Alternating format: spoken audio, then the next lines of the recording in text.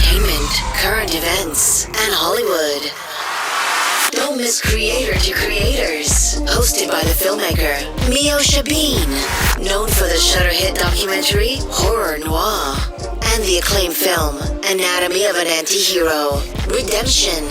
This show features interviews with filmmakers and creatives from around the globe. Join the fun with guest celebrities and gain valuable insights. Subscribe now and follow Creator to Creators. Hi, guys. Welcome to another episode of Creators to Creators today. Today, we have a special guest. Peter O Estevez. Welcome. I'm so honored to have you on the show. Well, Meosha, thank you so much. I'm humbled and grateful for the opportunity to be with you and to be with your community. Yeah, this show, I love Creators to Creators is not just about entertainment and film, but also the entrepreneur life and just people that are just going out and living their life and being bold and just going for it. And I mean, you do it. I mean, I looked at a lot of your stuff and your videos, I'm just things that you're doing for the community and around the world. It's just amazing. But I love going back to the beginning. I always say that the beginning kind of charts our trajectory of like kind of where we're going in life, our little small habits that we pick up along the way. Tell me a little bit about your childhood and kind of how did you make your way to where you are now? Wow, that's probably one of my favorite topics. No, it really is. And I say that with a lot of humility because often people see us when we arrive, but they never take the time to understand how we got there, right? Right. And often I think to myself, and I tell my business partner, Mauricio Garcia, that we make life look easy. Okay. We make life look easy, particularly today in social media, when you see somebody traveling around the world, traveling around the country, Yeah. Jetting in and out, being in Miami one day, New York the other. And, even that takes a lot of energy, takes a lot of effort, takes a lot of work. But besides that is the effort that it took to even get there, to even arrive, to even be able to afford to do all of that. I'm one of 13 children. I migrated to the United States at the age of 10 years old with my mom, dad, 6 brothers, 6 sisters. There was 15 of us. We lived in a 2-bedroom, 1-bath-frame home. I am an immigrant, first generation immigrant. My father had a 3rd grade education. My mother had a 6th grade education. They came to America in pursuit of the American dream. Unbeknownst to them, the American dream was unreachable for them.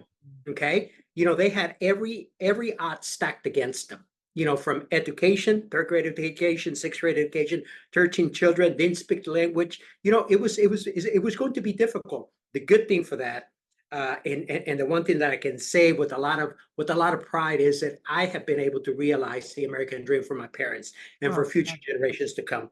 So with that said, it was a tough journey. It was a tough journey. One of 13, we migrated to San Antonio, Texas, which at the time was a very American town.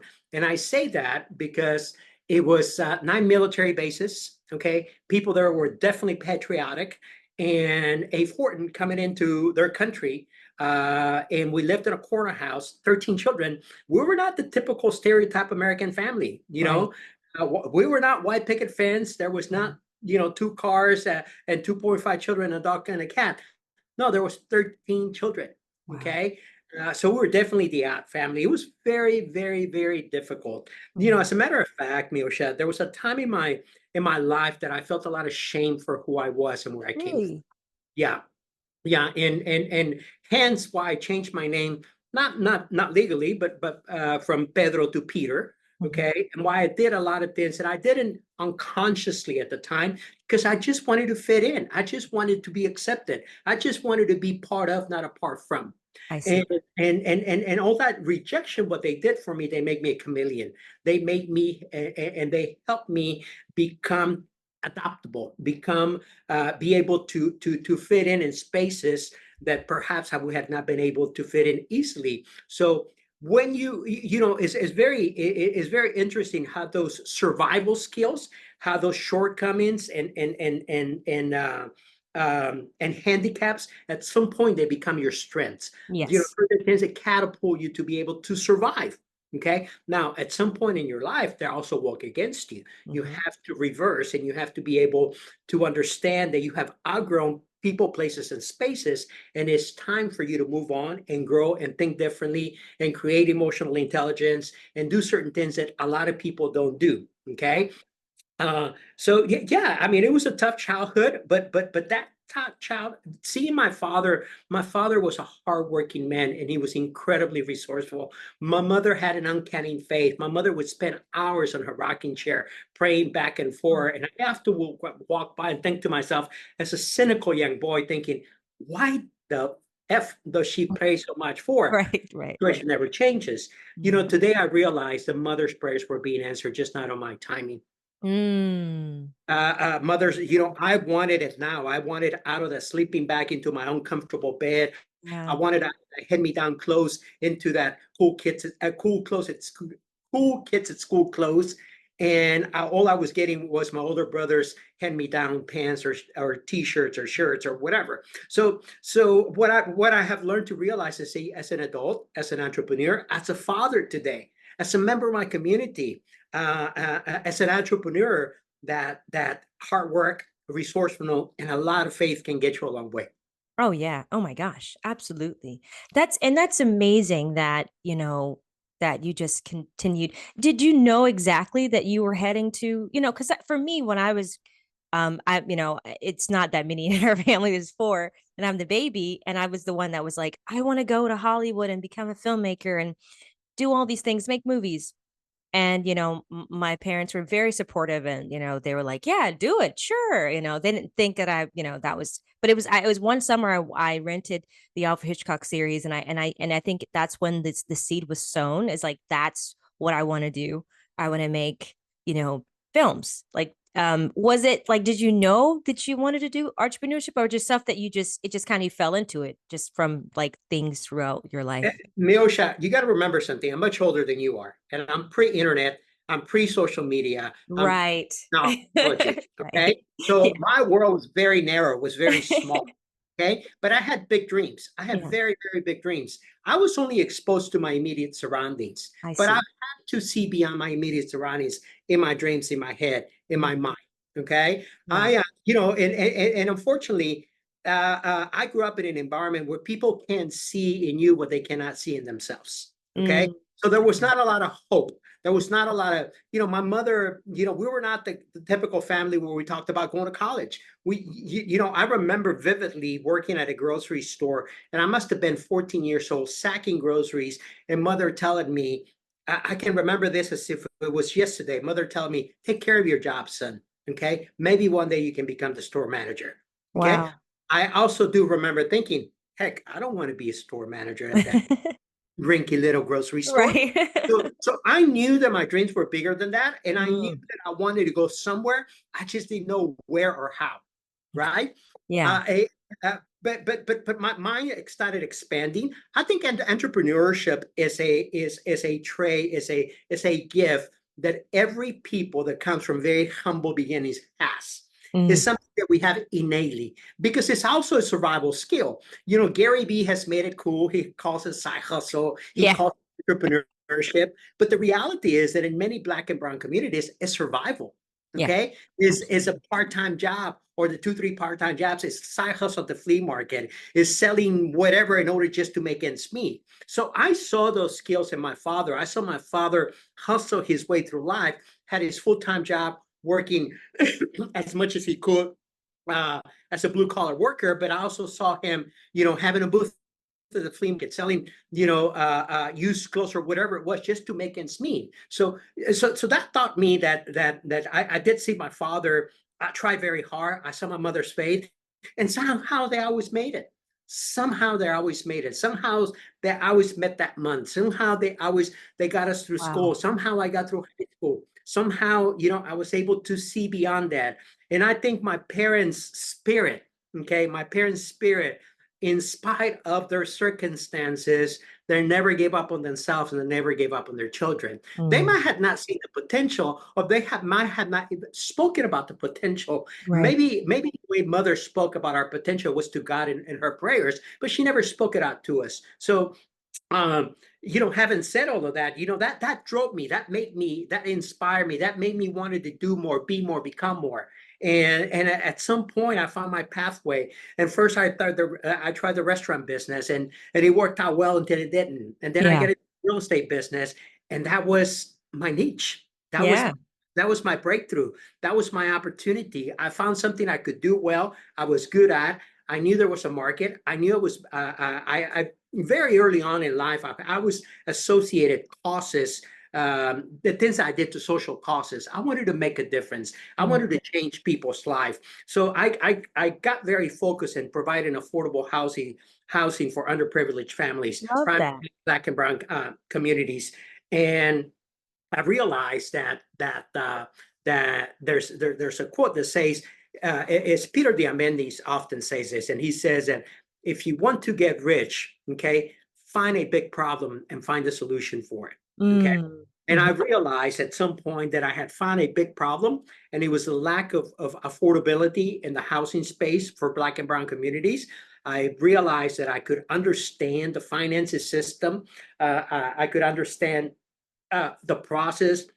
I became a builder, I became a developer, and at some point in my life, I became the largest independently owned broker, developer, and home builder in South Texas. Wow. The rest is history. The rest That's is beautiful. so that was my breakthrough. But Danny, who's my business partner, and he's kind of my sidekick. He's my Ryan Dye. Yeah. One day, if because I eventually had an exit in that particular business. I was never planning an exit. I never thought it was going to be a business. To me, it was just survival. I was doing something to get out of poverty. Okay. Yeah. There was no plan. There was no structure. And hence where I'm, and to a certain degree, I got lucky. I was able to do certain things in spite of. Yeah. Okay. But that catapulted me to a different level. Okay. And I learned from that experience in my life that every phase of your life requires a different you. Okay. Absolutely. Absolutely. I love that. Can you say that one more time? Every phase of your life requires a different you. So what got me to that point into the real estate business, into being able to have a successful exit, into be able to have a successful business, was not going to get me to where I'm at today. I needed to do something different about who I was. I needed to acquire a different set of skills, a different set of mindset, a different set of emotional intelligence, a different set of understanding, a different set of knowledge. And that kept me taking me to the next level of evolution. I love that. Wow. You ever thought like if you didn't take this path, what path you would have? Like you ever I, thought like if I, you was an entrepreneur? I didn't only think about it, I actually experienced it, because I ended up in the real estate business by mere coincidence. My background was in the restaurant business. I had two successful restaurants, and at some point I sold them, and to move back to my home country with a girl that I had met and I was madly in love with. And Yeah. then I realized that was not going to work out, so I came back. I came back to Texas, Yeah. and I had already spent the money I had made in the restaurant business, so I started looking for a job. And I'm talking back when you used to buy a newspaper, look through the want ads, and look for a job in the want ads. Yes. Okay, and there was an opportunity in the restaurant business as a district manager for a large chain of restaurants in South Texas, and I remember applying for it. And I applied for the job. I went and met with the district manager at the time. He interviewed me and he hired me on the spot. Wow. He hired me on the spot. As a matter of fact, that was a defining moment in my life, because I remember it was a Mexican restaurant, and the place was packed during lunchtime when he interviewed me. And then he made the mistake of inviting me to walk through the kitchen. And I said a mistake. And the reason I said that he made the mistake is because I remember vividly, I was wearing a suit, I was wearing a nice pair of shoes, and now I'm walking through the kitchen, and I hear people hollering back and forth. Number one, the dishes are full, get some dishes, the chaos that goes on in the kitchen. Yeah. Okay? And I remember hearing all of this in Spanish, and I remember my shoes getting stuck under grease, when you walk into the kitchen. And And I walked, and he's walking me through the kitchen. Here I am being offered a job, right? And all I'm thinking, I hear the Spanish voices back and forth. I'm seeing me, or what could be me, or what could become me, washing dishes, cooking food, running like crazy in the kitchen. And I thought to myself, this is everything I'm running away from. Now, don't get me wrong, I'm not minimizing any of that, or any of that work, or any of the people that were there. It was just what I was running away from. I wanted more for myself. I love Okay? that. I Uh, love I wanted more for myself, and that was an awakening moment for me. So I left that. I left the place. Was supposed to come back that afternoon to pick up my airline ticket to fly to Fort Worth to start my training the following day. And I went back just to tell the gentleman that I was not going to take the job. right. You're like, I'm sorry. Yeah. Well, I love that. in the meantime, after I left that restaurant, I smell like grease. I smell like kitchen. My shoes were still, clicking on the concrete when I walked to my car. I went and picked up another newspaper, and I saw an advertisement, a one ad talking about enter the real estate business. Unbeknownst to me, we were in one of the worst real estate crises, worse than 2008. But believe it or not, I called that telephone number. I made an appointment with the broker, Francis P. Moran. I went and met him at that right there and then. We connected. He wanted me to start getting my real estate license, and that was the pivotal moment. So Wow. yes, just imagine I was one step away, one job away from my life being completely different. That's Okay, amazing.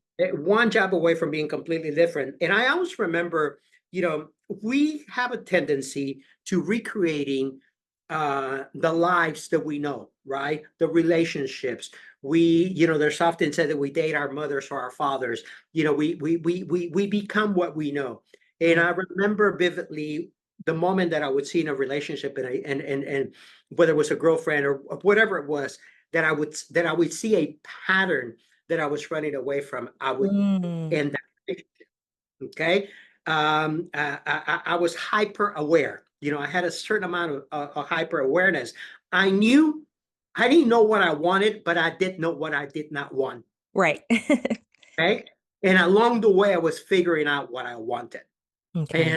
And, and I realized that what I wanted was not where I was at. Okay.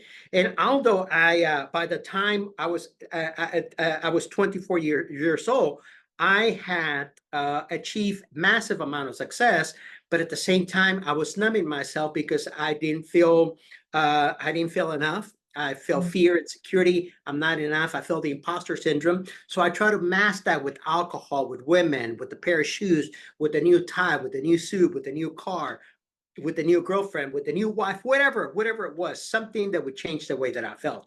And Isn't that interesting? You would think that, and I think that's a lot of people think that if they reach a certain amount of success, that they will be happy. Like that's it. I don't have to do any more self work or any self realization, that kind of thing. It's like, yeah, and I've worked with a lot of famous people, but and I can tell, like, and a lot of people are not as happy as they seem to be on the walking the red carpets. It's like, wow, it's really that inside work. absolutely, you can reach a certain amount of success and be very happy if Sure. you have addressed the issues that you've been carrying on. Yeah. Okay, I had been carrying on a toxic waste dump on my back for many generations. Yeah. I was not only carrying my shame and my guilt and my fear and my insecurities, but I was carrying my parents and my grandparents and my great grandparents and Yeah. multiple generations. And it was not until I addressed them that I was able to walk away from them. Okay. But that takes a lot of work. So, a lot of people say success does not bring you money. No, it does not. No, it does not. If you have not addressed your personal issues, okay. Mm, But mhm. success does not bring you happiness. I said success does not bring you money. Success does not bring you happiness. Success brings you a lot of happiness. Money brings you a lot of happiness if you have addressed the issues. If you are in a consistent, persistent pursuit of being the best version of yourself. Yes. But Yeah. if you get stuck in the person that you started with, no, you're not going to be happy. It doesn't matter how much money, how much of sex, who you marry, who you date, or what you do. End the So story. That's end of story. I love that. Really quick. I know that you wrote a book, and I was just curious. I wrote a children's book for the first time last year, and that was kind of daunting. But I really always wanted to write something, but I just didn't know what. Um, what what was your motivation and to sharing your experience and insights with others? Like when you wrote the book. Yeah, my book is called From Lies to Riches. Mm-hmm. Okay, 13 Steps to a Healthy Life.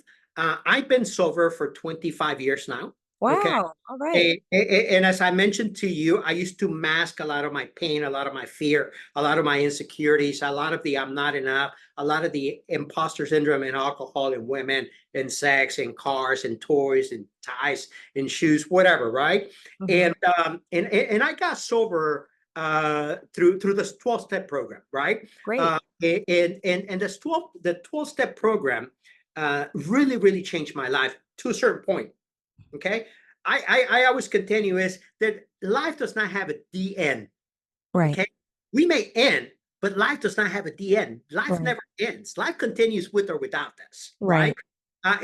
And I think a lot of times there are certain circumstances that impacts us, and then we stop growing. Right. So I get sober through the 12 step. But what I realized once I got sober, that I was still feeling the same way I used to feel.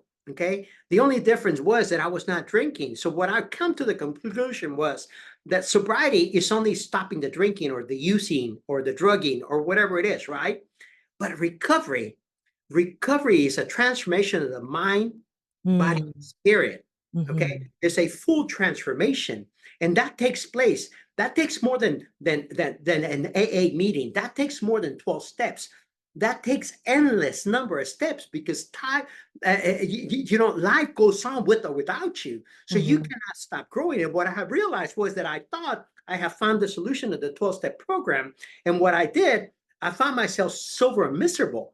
And there was many times that I thought to myself, if I'm going to be miserable sober, I'd rather get Yeah. drunk Yeah. and have a good time. Right. Because Right. Right. let me tell you, I had a great time when I was drinking. Yeah.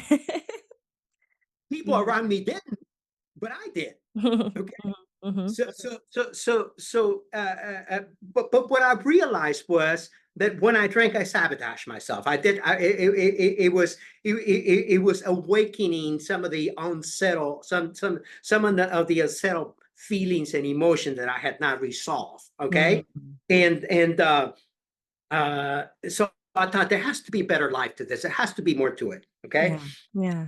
Then what I realized is, how do you transform yourself? How do you have that transformation of the mind, soul, body, and spirit? Okay. I truly believe that as humans, all of us, okay, or 99% of us live in a state of survival. Yeah. Okay? We're just surviving. I mean, I can be jogging or walking down the street, and I see people literally talking to themselves without talking to themselves. They're preoccupied with the mortgage, with the car payment, with the girlfriend, with the mother, whatever it is that's going on in their lives. They Yeah. don't have a sense of clarity. Okay. And what I realize is that you cannot achieve external success when you're fighting an internal battle. Mm. To Yeah. achieve external success, you have to exit that state of survival. You have to become present and available. You have to be here in the now, and you have to be able to see your life with clarity and possibilities. Right. Right. And that to do that, you're actually operating from what I call a state of flow. I When like you that. operate from a state of flow, I'm Mm-hmm. having this great conversation with you. Nothing else matters. It doesn't matter what's going on out there. I'm here. I'm present and available. I'm here in the now. I'm Right. operating from a state of flow. I can think clearly. I can see my life for what it is and for what it's going to become Right. Right. because I have exited that state of survival. But in order for me to do that, I have to tend to my 5 pillars. What are my 5 pillars? The physical, the mental, the emotional, the spiritual, and the financial. And when Mm-hmm. I operate those, when I take care of those, when I tend to those on a daily basis, I fly like a jet. Yes. Yes. I operate like Absolutely. a jet. I don't operate like a car that has a flat tire. I'm Right. able to do whatever I need to do, whether it's Yeah. mentally, emotionally, spiritual, financially. Okay, because I have exited that state of survival. Now, don't get me wrong, that does not mean that I don't have problems or issues. That means I can see them with clarity and possibility. Okay, Yes. that I means love that what you said, flow. I feel that that is a real thing. Like I used to operate in that state, when I first started in the industry, very green and not sure about things. But as I remember, I'm a PK kid, so a preacher's kid. So I come from, very much church background. And it is that, like, when I started to stop holding the problems and give the problems to God and let God lead me, that flow is it's so real. Like it's yeah, like, oh my gosh, what am I doing? Like, absolutely. I told Danny the other day, a lot of times you start working in your business, not on your business. Okay. And when you start working in your business, you exit that state of survival and you're all overwhelmed by issues, right? yeah. So, and the reason I was working in the business, not on the business, was because I neglected some of my 5 pillars for a couple of days. Mm, It is so funny how quickly you can go back to your default mode. right. Okay. So to go back to my book, what I did, I took the 12 steps, what I learned from each one of the steps, how each one of the steps impacted my life. And then I added the 13th step. And the 13th step is you cannot stop growing. You have to exit that state of survival. You have to become present and available. You have to be here in the now. You have to pray. You have to meditate. You have to journal. You have to exercise. You have to run. Okay, you have to take time for yourself. You Yeah. have to write a gratitude list. It doesn't matter if you feel like it or not. It's Yeah. part of tending to those 5 pillars. Yeah. And when you tend to those 5 pillars, when you do certain activities on a daily basis, you operate from your hormones, from dopamine, serotonin, and all those good feeling hormones that we have innately inside of us. But many a times we numb with alcohol, with women, with caffeine, with sex, with whatever you want to. Very Okay. true. But if you want to feel good, do good and take Yeah. care of those hormones, and you immediately feel good. I love that. Oh, this is so Eh, I feel like you're taking me to church. Like I feel like I'm getting this is so good. This is great. Really quick question. Okay. The 3 levels of influence: money, power, and respect. And if mhm. you could choose only one of those things, which one would you choose and why? Respect. Okay. I like that. Respect gives you money, and respect gives you power. It's just that simple. Love that. I would not be the man that I am today if I have not earned the respect of many. Mm. Okay. And I can tell you, last year we traveled, Mauricio Garcia and I, my business partner, to 86 different cities across across America. And there's not a city where I cannot call and put together a dinner with 15, 20 people in the United Mm. States. Love Okay. Because I earned that through respect, not by influence, not by power, but by keeping my word and by being available for others. I love that. That's beautiful. Oh, what advice would you give for aspiring entrepreneurs out there? The best advice I can give you is to operate with clarity and possibilities. And the only way that you can do that is by tending to your 5 pillars.